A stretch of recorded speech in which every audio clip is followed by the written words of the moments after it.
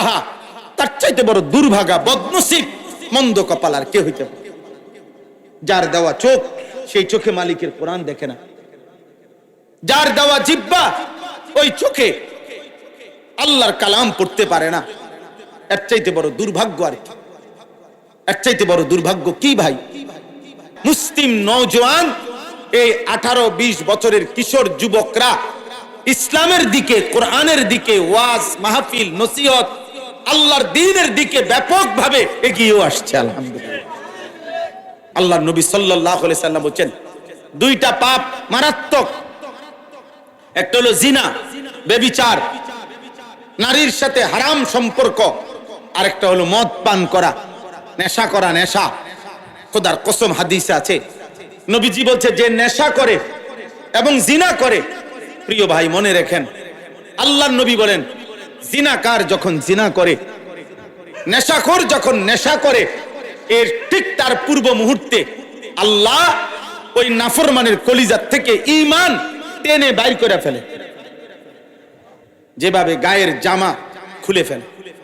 নবীজি হাদিসে উদাহরণ দিয়েছে। নবীজি সাল্লাল্লাহু আলাইহি সাল্লাম বলেন, মান শারিবাল খামরা, মান জানা ওয়া শারিবাল খামরা, যে ব্যভিচার করে এবং মদ পান করে, আল্লাহ তার অন্তর থেকে নাযা আল্লাহু মিন কলবিহিল ঈমান, আল্লাহ তার অন্তর থেকে ঈমান এভাবে খুলে ফেলে, কামা ইয়াখলাউল ইনসানু আল কামিসা মিন রাসিহি, মানুষ যেমন তার গায়ের জামা খুলে ফেলে। আল্লাহ যেন বলে, নারীর সাথে হারাম সম্পর্ক করতে যাচ্ছ, বেঈমান, দাঁড়া, আমার ঈমান আমারে দিয়া যা, যা এবার যা, যা বেঈমান এবার যা। আল্লাহ যেন মদখোর, নেশাখোরকে বলে, নেশাখোর, গাঁজাখোর, ফুট্টাখোর, বাবাখোর, নেশা করতে যাচ্ছ, দাঁড়া, আমার ঈমান আমারে দিয়া যা, যা এবার যা, এবার যাও। বলেন নাউযুবিল্লাহ। কত বড় বিপদের কথা ভাই! এই ঈমান যদি আর ফেরত না আসে, এই ঈমান যদি আর ফেরত না আসে, তো চিরস্থায়ী জাহান্নামী। ঈমানবিহীন কবরে গেলে চিরস্থায়ী জাহান্নামী না? কথা বলে না তো? এই অবস্থায় যদি মৃত্যু হয়, উলঙ্গ ছবি দেখতে দেখতে তুমি যে রাত গভীরে ঘুমায় গেলা, আর যদি ঘুম না ভাঙ্গে, প্রতিদিন সারা পৃথিবীর আন্তর্জাতিক রিপোর্ট এটা, প্রত্যেক দিন সারা পৃথিবীতে প্রতি বছর কয়েক মিলিয়ন মানুষ শুধু ঘুমেই মারা যায়। এটা আন্তর্জাতিক হিসাব, কয়েক মিলিয়ন। 1 মিলিয়ন মানে 10 লাখ, 10 লক্ষ হলে 1 মিলিয়ন হয়। এরকম কয়েক মিলিয়ন মানুষ, মানে কোটি কোটি মানুষ ঘুমেই মরে যায়। আর ঘুম, আমার নিজস্ব জানা শোনা, আমার আত্মীয়র মধ্যে 2 জন মানুষ এমন, 2 জন, একজন মাঝ বয়সী, আরেকজন একটু বয়স্ক, ঘুমের মধ্যে মারা গেছে। জলজ্জান্ত মানুষ, একজন প্রফেসর, শুইছে রাত্রে, ভালো মানুষ, সকালবেলা দরজা ভাঙ্গা, জানালা, আরে সিটকারি ভাঙ্গা এরপরে বাইর করছে, দে মরা। এই জন্য আমরা তোমাদের ভালোর জন্য বলছি, আমি কঠোর বললাম, শক্ত বললাম। আমার সমাজ অনিরাপদ হয়ে গেছে। প্রতিদিন পত্রিকার পাতা দেখেন, আপনারা খবর শুনেন, বাবা চাচা যারা আছেন, আপনারা একটু খবর শুনেন, পরকীয়া কি পরিমাণ। নারী পুরুষকে হত্যা করে, পুরুষ নারীকে হত্যা করে, নারী আরেক পুরুষের জন্য নিজের কোলের বাচ্চা মাইরা ফেলে। ওমা, এরকম জঘন্যতা পৃথিবীতে তো আইয়ামে জাহিলিয়াতে, সেই ইসলাম পূর্ব বর্বর যুগতে এমন কাহিনী ছিল না। এ কোন সমাজ আমাদের? এ কোন পৃথিবীতে আমরা আসছি? নারীর স্বামী আছে, ওমা অন্য পুরুষ খুঁজে, পুরুষ স্ত্রী আছে, অথচ নাফরমান ব্যভিচারী অন্য নারী তালাশ করে। আস্তাগফিরুল্লাহ, আস্তাগফিরুল্লাহ। আরে কি আশ্চর্য কথা! আপনারা দেখেন পত্রিকার রিপোর্ট, প্রতিদিনকার রিপোর্ট শুনেন, চ্যানেলের খবরগুলো শুনেন, কি বলে প্রতিদিন। এই জন্য আমরা আলহামদুলিল্লাহ জায়গায় জায়গায় এতটুকু। এবার আসেন একটু এদিকে বলি মানে হলো রাত্রি যত অন্ধকার হয়, রাত যত গভীর হয়, এ কথাও সত্য, আলো তত কাছায়া যায়। এখন বাজে মাত্র 9:22, বুঝা গেল এখনো রাত বাকি অনেক। কিন্তু যদি বাজে রাত 3টা, অন্ধকার যদিও খুব গভীর, কিন্তু বুঝতে হবে ভোর কাছায় গেছে, সকাল কি হয়ে গেছে, কাছায় গেছে, আলো কাছায় গেছে। এই জন্য চরিত্রহীনতা, অসভ্যতা, মারামারি, খুনি, হত্যা, খুন, ধর্ষণ, ব্যভিচার, হারাম, নাফরমান, অশ্লীলতা, বেহায়াপনা, এটা যেমন খুব বেড়ে গেছে, বুঝা গেছে আরেক পিঠে আলো কাছায় গেছে। এজন্য আলহামদুলিল্লাহ সারা বাংলাদেশে এখন, সারা বাংলাদেশে গলিতে আলহামদুলিল্লাহ আল্লাহর দয়ায় মুসলিম নওজোয়ান, এই 18-20 বছরের কিশোর যুবকরা ইসলামের দিকে, কোরআনের দিকে, ওয়াজ মাহফিল, নসিহত, আল্লাহর দ্বীনের দিকে ব্যাপকভাবে এগিয়ে আসছে। আলহামদুলিল্লাহ আলো কাছায় গেছে। কালকে আমি যেখানে মাহফিল করছি কুমিল্লা সদর দক্ষিণ, ওনারা আমারে দেখাইছে হুজুর ক্লাস 6, 7, 8, সর্বোচ্চ ক্লাস 8 পর্যন্ত পড়ে এই 3 ক্লাসের বাচ্চা প্রায় 25 থেকে 26 জন, ওরা এই মাহফিলটা সাজাইছে। মানে কালকে আমি যে ওয়াজ করছি, কয় যে হুজুর আমাদের সবচেয়ে বড় লিডার ক্লাস 8-এ। তাহলে বুঝা গেল আলো কাছায় গেছে, আলো কি কাছায় গেছে। আলহামদুলিল্লাহ প্রত্যেক জায়গায় সারা বাংলাদেশে আমরা, সেদিন আমি সিলেট ফজরের নামাজের পরে বাদ ফজর বয়ান করছি, এই 3-4 দিন আগে। আমরা একটা কাজ করি সারা বাংলাদেশে, ফজর ক্যাম্পেইনের কাজ করি, অর্থাৎ ফজরের নামাজে মুসল্লি বৃদ্ধির জন্য সারা বাংলাদেশে আমরা ফজরের মুসল্লি বৃদ্ধির জন্য প্রচারণা করি। কিশোর যুবকদের মাঝে ছেলেরা ফজর পড়বে, ফজরের নামাজই হবে। আমাদের বিজয় ফজরের নামাজে, কোরআন শরীফে আছে, সূরা বনী ইসরাইলের মধ্যে আছে ফজরের নামাজ বিজয়ের নামাজ, ফজরের নামাজ। এই জন্য ফজরের নামাজের অনেক ফজিলত। নবীজি সাল্লাল্লাহু আলাইহি সাল্লাম বলছে ফজরের নামাজ মুমিন আর মুনাফিকের পার্থক্য করে। কোন ব্যক্তি মুমিন না মুনাফিক, আল্লাহর কসমে কোরআন ধরে বললাম, নবীজির হাদিস মতে এটা প্রমাণ হয় কিভাবে? ফজরের নামাজে। নবীজি যাকে ফজরের নামাজে অনুপস্থিত দেখতেন তাকে মুনাফিক মনে করতেন। সাহাবায়ে কেরাম বলছেন আমরা নবীজির জামানায় যাকে আমরা ফজরের জামাতে না দেখতাম, খোদার কসম আসানা বিহি জান, হযরত আব্দুল্লাহ ইবনে ওমর বলেন আমরা তাকে ভাবতাম হয় রোগাক্রান্ত আর নয়তো মুনাফিক। লোকটি হয় অসুস্থ যার কারণে আসতে পারে নাই, আর নয়তো মুনাফিক। মুনাফিক কোরআনুল কারীমে স্পষ্ট আছে মুনাফিকের ব্যাপারে। আল্লাহ বলছে মুনাফিক এমন, মূলতই সে আল্লাহর পথে আসতে চায় না। ওয়ালাউ আরাদুল খুরুজা লা আ'আদ্দু লাহু উদ্দা। আল্লাহ বলে সে যদি আসলে আমার পথে বের হইতে চাইতো তাহলে কিছু প্রস্তুতি নিত।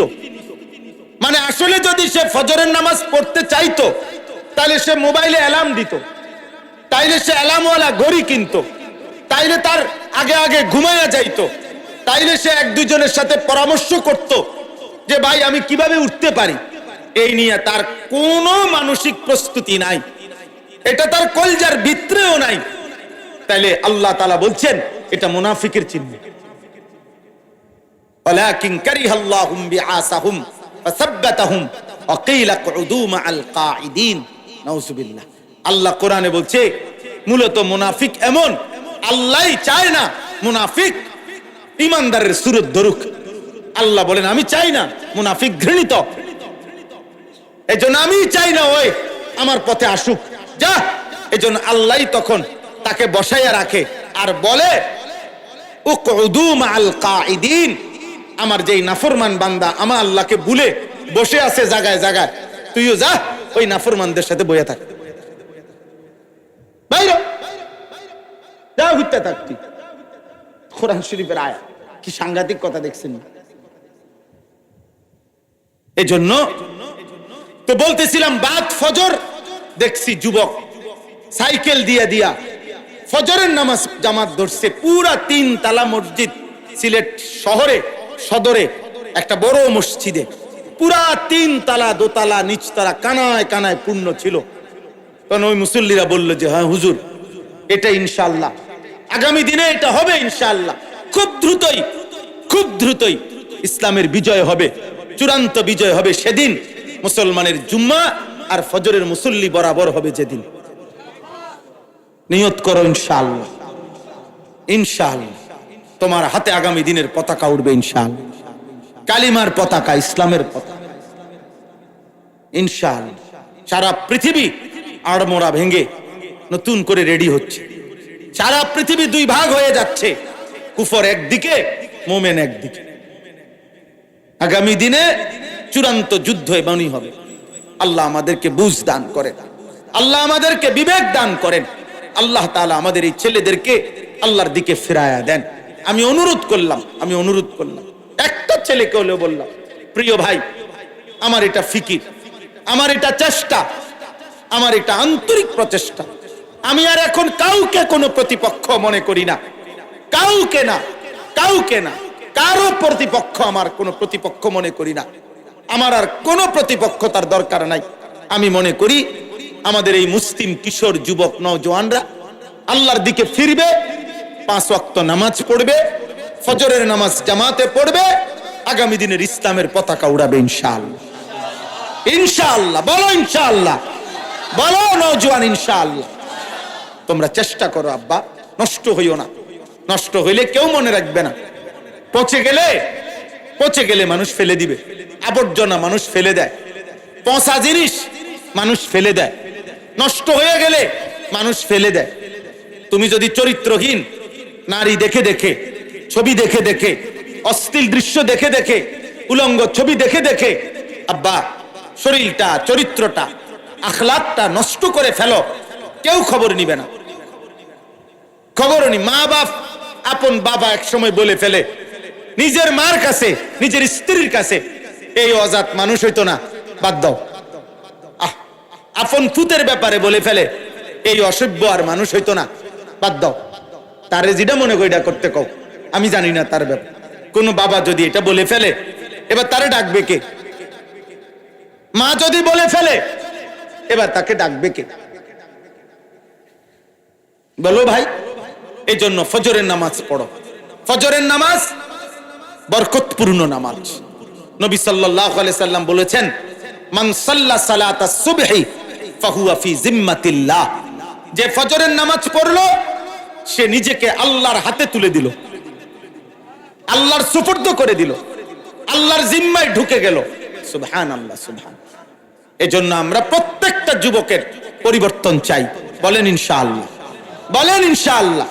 আমার মাদ্রাসা কুমিল্লা ক্যান্টনমেন্ট, ময়নামতি, সাহেবের বাজার, আলহামদুলিল্লাহ মাদ্রাসায় এই বছরও 534 জন ছাত্র আছে, নিয়মিত ক্লাস করে। 450 উপরে ছেলে বোর্ডিং এ থাকায়।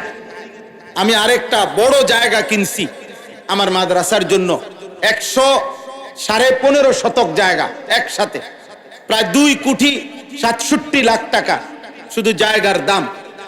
এই উদ্দেশ্যে কিনছি যে একটা আলাদা প্রতিষ্ঠান করতে চাচ্ছি, যে প্রতিষ্ঠানের উদ্দেশ্য সারা বাংলাদেশের স্কুল, কলেজ, ইউনিভার্সিটির যত কিশোর নওজোয়ান, এরা বছরের যেই কোনো দিন, যার যখন ছুটি হয়, সুযোগ হয়, অবসর হয়, 3 দিন হোক, 30 দিন হোক, 1 ঘন্টা হোক, 30 ঘন্টা হোক, আসবে, যাবে, সেখানে দিন শিখবে। ওযু, নামাজ, সূরা, কেরাত, দোয়া, কালাম, পাক, নাফাক, রুকু, সেজদা, যেটুকু সময় হয় শিখবে। যে আসবে যখন, দিন শিখবে তখন। যার সময় যতক্ষণ, দিন শিখবে ততক্ষণ। এটা আমার আশা। আলহামদুলিল্লাহ আমরা গত বছরও 500-র মতো ছেলে 6 দিনে মোট 2 বারে 3 দিন করে স্কুল কলেজের ছেলে আমরা ওযু, নামাজ, সূরা, কেরাত, দোয়া, কালাম এগুলা শেখাইছি। এই বছর এই কোরবানির পরে 13ই জুন আমি দাওয়াত দিয়ে রাখি ছেলেদেরকে, যার সুযোগ হয়। জুন মাসের 13 তারিখ দ্বিতীয় শনিবার আমাদের মাদ্রাসায় সকাল 8টা থেকে একেবারে রাত 9টা পর্যন্ত এশার নামাজ পর্যন্ত দিনব্যাপী কিশোর যুবক তারবিয়াতি কোর্স, একদিনের কোর্স হবে। সকাল 8টা থেকে জোহর পর্যন্ত স্কুল কলেজ ইউনিভার্সিটির যত ছেলে আসবে ওদেরকে আমরা সূরা, কেরাত, দোয়া, কালাম শিখাবো। এই গ্রুপ করে, মানে 5 জন 10 জন করে করে। আর দুপুর 2:30টা থেকে এশা পর্যন্ত ধারাবাহিক বয়ান হবে, ছেলেদের জীবন চরিত্র গঠনমূলক বয়ান হবে। আমরাও থাকবো ইনশাআল্লাহ। আমার শায়েখ আরিফ বিল্লাহ আল্লামা মুফতি মুশতাকুন নবী কাসেমি হুজুর আসরের পরে বয়ান করবেন। অন্যতম একজন আলোচিত আলেমে দ্বীন আল্লামা মুফতি আরিফ বিন হাবিব দামাত বারাকাতুহুমুল আলিয়া, উনি মাগরিবের পরে বয়ান করবেন। যার সুযোগ হয় যাওয়ার চেষ্টা করবেন। কোনো নাস্তা খাওয়া দুপুরের সব আমাদের দায়িত্ব, রাতের সব আমরা জিম্মাদার। শুধু গাড়ি ভাড়া দিয়ে যাইবেন, গাড়ি ভাড়া দিয়ে আসবেন। যাদের সুযোগ হয় যাওয়ার চেষ্টা করবেন, বলেন ইনশাআল্লাহ। যাদের সুযোগ হয় আমাদের মাদ্রাসার ওই বিশাল জমিতে অংশগ্রহণ করবেন। আমরা এক নামাজের মুসল্লা পরিমাণ, জায় নামাজ পরিমাণ টাকা নেই। একটা জায়গার, আমাদের ওই জায়গার 4200 টাকা, এক মুসল্লা পরিমাণ জায় নামাজ পরিমাণ টাকা। আমি কাগজ দেই সারা দেশে, হ্যান্ডবিল আছে আমার, হ্যান্ডবিলের মধ্যে আবেদনটা লেখা আছে, বিকাশ নাম্বার আছে, অ্যাকাউন্ট নাম্বার আছে। যার সুযোগ হয়, একটা বড় স্বপ্ন, একটা বড় কমপ্লেক্স হবে, যে পারে অংশগ্রহণ করবে। আল্লাহ তাআলা তৌফিক দান করেন। আপনাদের প্রত্যেকের কাছে আমরা অনুরোধ করলাম, আপনারা আপনাদের ছেলেদের দিকে নজর দেন, আপনাদের মেয়েদের দিকে নজর দেন, আপনাদের পরিবারের স্ত্রী সন্তান ছেলে মেয়ের দিকে আখিরাতের বিষয়ে আরেকটু যত্নবান হন। ইদানিং কালে আইসা আমরা বেশি অভিভাবকরা বাড়ি ঘর বিল্ডিং দালান বাজার সদাই বিদেশ আর ছেলে পেলেকে তার হাতে ছেড়ে দিচ্ছেন। এমনি তো বাবা সন্তান মানুষ হয় না। মানুষের বাচ্চার গাভীর বাচ্চা এক না, গাভীর বাচ্চা পুরা গ্রাম দৌড়ায়। কারণ তার শুধু এক বেলা আইসা দুধ খাইলেই চলে, ঘাস কদ্দুর খাইলেই চলে, তার কোনো আখলাক শিখা চরিত্র শিখা এমন কোনো বিষয় নাই। কিন্তু মানুষের বাচ্চা আর গরুর বাচ্চা এক না। মানুষের বাচ্চাকে শুধু ভাত খাইলে হয় না, মানুষের বাচ্চা শুধু ঘুম যাইলে হয় না, মানুষের বাচ্চাকে ঈমান শিখতে হয়, ইসলাম শিখতে হয়, আখলাক শিখতে হয়, চরিত্র শিখতে হয়, চরিত্র শিখতে হয়। হাদিসের মধ্যে স্পষ্ট আছে, মিশকাতের মধ্যে এই হাদিস আছে। এক সাহাবী আয়েশা নবী সাল্লাল্লাহু আলাইহি সাল্লামকে জিজ্ঞেস করছে, ইয়া রাসূলুল্লাহ, আমাকে নামাজ শিখিয়ে দেন। তিনি নবী সাল্লাল্লাহু আলাইহি সাল্লাম বললেন, তুমি আমাদের সাথে 2 দিন থাকো, 2 দিন থাকো এবং প্রত্যেক ওয়াক্ত নামাজে আমাদের সাথে নামাজ পড়ো। তখন 2 দিন টানা সাহাবী নবীজির সাথে নামাজ পড়ছেন, দেখছেন। আল্লাহ নবী সাল্লাল্লাহু আলাইহি সাল্লাম বললেন, 2 দিন পরে তুমি কি এই 2 দিনের ধারাবাহিক নামাজ দেখেছো? সাহাবী বললেন হ্যাঁ। আল্লাহ নবী বললেন, তাহলে এভাবেই সারা জিন্দেগি নামাজ পড়ো। তাহলে নবীজি নিজের কাছে রাইখা কি করছেন বলেন না? শিখাইছেন। কি করছেন? শিখাইছেন। হযরত মালিক ইবনুল হুয়াইরিস একজন সাহাবী, বুখারী মুসলিমের হাদিস। আল্লাহর নবী বলেন, ওই সাহাবী বলেন, আমরা 14-15 বছরের কিশোর ছেলে, এক বয়সী, আমরা কয়েকজন নবীজির কাছে আসলাম, এসে থাকার অনুমতি চাইলাম। নবীজি আমাদেরকে থাকতে দিলেন দিন শিখার জন্য। সাহাবী বলেন, ফাআকামনা ইনদাহু 20 ইয়াওমান, আমরা 20 দিন টানা নবীজির কাছে ছিলাম। বুখারীর হাদিস, মুসলিম শরীফের হাদিস। আমরা 20 দিন নবীজির কাছে ছিলাম। 20 দিন থেকে আল্লাহর নবীর কাছে আমরা দিন শিখলাম। 20 দিন পরে দেখেন, 20 দিন পরে নবীজি এবার বললেন, ইরজিউ ইলা আহলিকুম, তোমরা তোমাদের বাড়িতে ফিরে যাও। ওয়া আল্লিমুহুম, তোমাদের পরিবারের সদস্যদেরকে এবার যা শিখছো এবার তোমরা গিয়ে শিখাও, শিখাও। এবং বললেন, ওয়াসাল্লু কামা রাআইতুমুনি উসাল্লি, এই 20 দিনে আমারে যেভাবে নামাজ পড়তে দেখেছো, তোমরাও মহল্লায় গিয়ে এভাবে নামাজ পড়ো। এরপরে বলছেন, ওয়া ইজা হাদারাতিস সালাহ ফালিউআযযিন আহাদুকুম, নামাজের ওয়াক্ত হইলে তোমাদের মধ্য থেকে একজন আজান দিও। ওয়ালিয়া উম্মাকুম আকবারুকুম, তোমাদের মধ্যে বয়সে যে একটু বড় সে ইমামতি করো। কি বুঝা গেল? 20 দিনে এই পরিমাণ দিন শিখছে, এবার ওনাগরে আজানও শিখাইছে, এমনকি ইমামতি করা পর্যন্ত ওনারা শিখে ফেলছে। নাহলে এটা বললো কেন যে নামাজের ওয়াক্ত হইলে একজন কি দিও? আজান দিও, আর তোমাদের মধ্যে বয়সে যে একটু বড় সে কি করো? ইমামতি করো। তাইলে ওয়া নাহনু শাবাবাতুন মুতাকারিবুন, হাদিসের শব্দ। উনি বলেন আমরা ছিলাম এক বয়সী যুবক। তাহলে 14 বছরের সাহাবী, 15 বছরের সাহাবী নবীজির কাছে দিন শিখছে, দিন শিখছে। 10 বছরের সাহাবী দিন শিখছে, 13 বছরের সাহাবী নবীজির কাছে থাইকা দিন শিখছে। আপনারা আপনাদের এই সন্তানদেরকে দিন শেখান, স্কুলে পড়ুক, কলেজে পড়ুক, ইউনিভার্সিটি পড়ুক, কোনো অসুবিধা নাই, কিন্তু কিছুটা সময় আলাদা করেন, আলাদা করেন। প্রিয় ভাই, তোমাদেরকেও বলি ভাই, দিন শিখো, আল্লাহকে চেনো। আব্বা মুসলমান, অথচ এই জিব্বা আল্লাহর দেওয়া, সেই জিব্বায় আল্লাহর দেওয়া কোরআন একটা লাইন দেখা দেখা যেই মুসলমান আল্লাহর কোরআন দেখে দেখেও শুদ্ধ পড়তে পারে না, আহা, তার চাইতে বড় দুর্ভাগা, বদনসিব, মন্দ কপাল আর কে হইতে পারে? যার দেওয়া চোখ, সেই চোখে মালিকের কোরআন দেখে না। যার দেওয়া জিব্বা, ওই চোখে আল্লাহর কালাম পড়তে পারে না। এর চাইতে বড় দুর্ভাগ্য আর কি? এর চাইতে বড় দুর্ভাগ্য কি ভাই বলেন আপনি? আমি তো প্রায় বলি, ওই যে অসংখ্য মুসলমান আছে আমাদের সমাজে,